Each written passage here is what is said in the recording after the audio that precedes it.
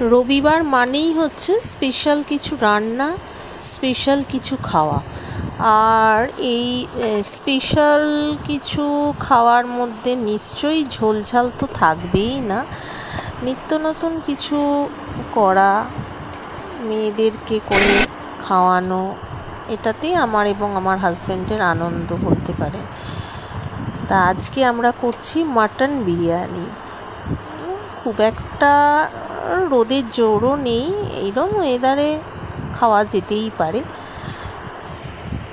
এতদিন প্রচণ্ড গরম ছিল, এখন কিছুটা হলেও গরমটা কম, তাই ঝুঁকি নিয়েই করে ফেললাম।